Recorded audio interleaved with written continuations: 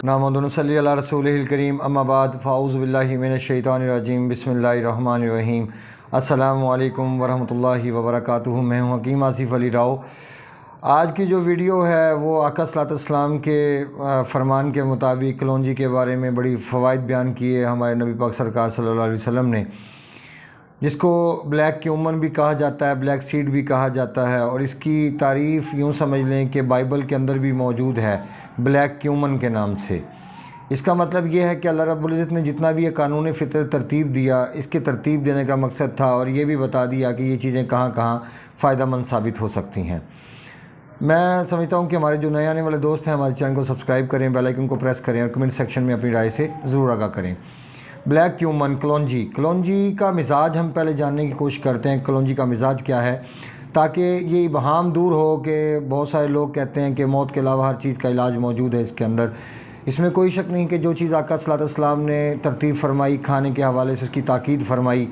तो उसमें बहुत सारे फ़ायदे हैं। और इसमें मैं समझता हूँ कोई शक नहीं होना चाहिए कि हमारे आका सल्लल्लाहु अलैहि वसल्लम से बड़ा कोई दुनिया में कोई हकीम नहीं था या उनसे बड़ा समझदार, उनसे ज़्यादा जानने वाला कोई नहीं था। हालांकि उन्होंने किसी यूनिवर्सिटी में कोई तालीम हासिल नहीं की, लेकिन उसके बावजूद जिस शख्सियत को अल्लाह रब्बुल इज़्ज़त की ज़ात खुद पढ़ा रही हो या फ़रिश्ते तरबियत पे मामूर कर रखे हो अल्लाह पाक ने, तो उसको किसी यूनिवर्सिटी या किसी कॉलेज की क्या ज़रूरत है।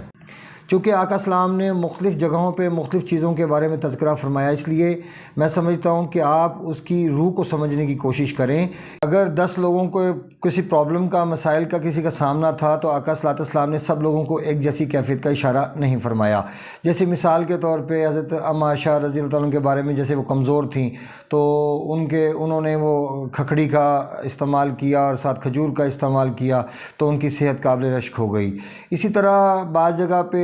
सेक्स के बारे में, क़ुव्वत बा के बारे में, कमी के बारे में फरमाया गया, तो सरकार ने फरमाया प्याज खाओ। कहने का मकसद ये है कि सब लोगों के लिए एक जैसी कंडीशन हम लागू कर सकते, क्योंकि सब लोगों की मिजाज अलग अलग हैं, सब लोगों की कैफियत अलग अलग हैं। तो सब लोगों के लिए एक ही जैसी चीज़ को तरतीब देना ये किसी तरह भी फ़ायदेमंद साबित नहीं होगा। अब हम कलौंजी के मिजाज की बात करते हैं। इसका मिजाज खुशक गर्म है, यानी ये सोदा को पैदा करने के साथ साथ जिस्म से खारिज करने की भी सलाहियत रखती है। कलौंजी का इस्तेमाल तब हमारे लिए फ़ायदेमंद साबित होता है जब हमारे जिस्म में रतूबात ज़्यादा बढ़ जाएं। इसके ख़ास के अंदर ये कातले करमे शिकम, यानी कि जो कीचवे पैदा होते हैं असाबी रतूबात की वजह से, मकवी मैदा जो मैदे में ठंडक की वजह से या रतूबात की ज़्यादती की वजह से सिंगरेनी जैसे मसाइल हमारे सामने पेश आते हैं, या मिर्गी जिसको हम एपिलेप्सी कहते हैं, ऐसी कंडीशन में भी इसका इस्तेमाल नस्वार की सूरत में इसका पाउडर तैयार करके अगर हम मिर्गी के पेशेंट को इस्तेमाल करते हैं बतौर नस्वार, तो कुछ ही टाइम के अंदर उसका दौरा रफ़ा हो जाएगा। और अगर आप इसका पाउडर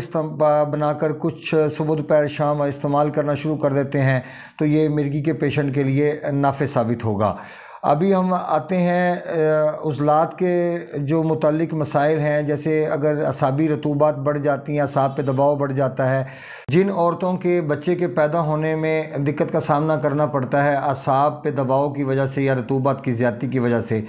तो ये बच्चे की पैदाइश में आसानी करता है। या जिन औरतों के असाब के ऊपर दबाव बढ़ने की वजह से, रतूबात की ज़्यादती की वजह से अगर जिस्म के अंदर कुछ ऐसे मसाइल सामने आते हैं, जैसे पीरियड्स में कुछ प्रॉब्लम पैदा होती है या पीरियड्स कम आना शुरू हो जाते हैं और जो रहम के उज़लात हैं वो कमज़ोर होना शुरू हो जाते हैं, जिन हमारी बहनों बेटियों की इस्तक़रार हमल में दिक्कत का सामना करना पड़ता है, वो भी सिर्फ़ इस वजह से कि असाबी सोजिश की वजह से, जिस्म में रतूबात बढ़ने की वजह से, तो यकीनन इसका इस्तेमाल रहम के अंदर जो उज़लात हैं जो ढीले हो जाते हैं असाबी सोजिश की वजह से, उनको ये ताकतवर करने का बाइस बनता है और पीरियड्स को रेगुलर करने का बाइस बनता है। और इसका इस्तेमाल उस जगह भी किया जा सकता है कलौंजी का कि जहाँ पे कपड़ों को बचाना हो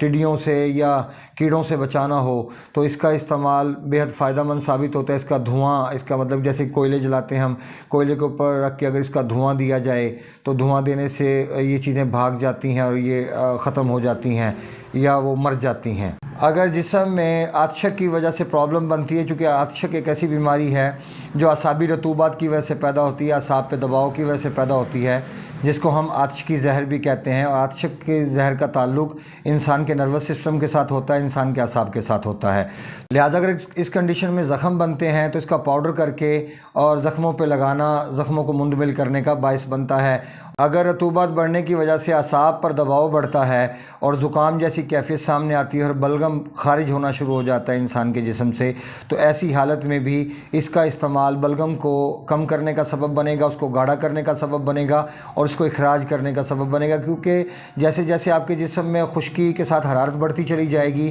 تو رطوبات خشک ہوتی چلی جائیں گی اور حرارت بڑھتی چلی جائے گی۔ اس سے پھر یہ ثابت ہوتا ہے کہ یہ جگر کے لیے بھی فائدہ مند ثابت ہوگا، لیکن اس صورت میں کہ جب ہمارے جسم میں اعصابی رطوبات زیادہ ہوں یا ہمارے جسم میں ٹھنڈک بڑھ جائے۔ اگر ہمارے جسم میں ایسیڈیٹی زیادہ ہے، تیزابیت، خشکی پہلے ہی زیادہ ہے، سر میں خشکی ہے، جسم میں خشکی ہے، اگر ہمیں قبض جیسے مسائل کا سامنا کرنا پڑتا ہے، بواسیر جیسے مسائل کا سامنا کرنا پڑتا ہے، تو پھر یقیناً اس کا استعمال ہمیں کوئی فائدہ نہیں پہنچا سکے گا۔ اپنے دوست احباب کا خیال رکھیں، ملتے ہیں انشاءاللہ مزید انفارمیٹیو ویڈیو کے ساتھ۔ وما علینا الا البلاغ المبین۔ السلام علیکم ورحمۃ اللہ وبرکاتہ۔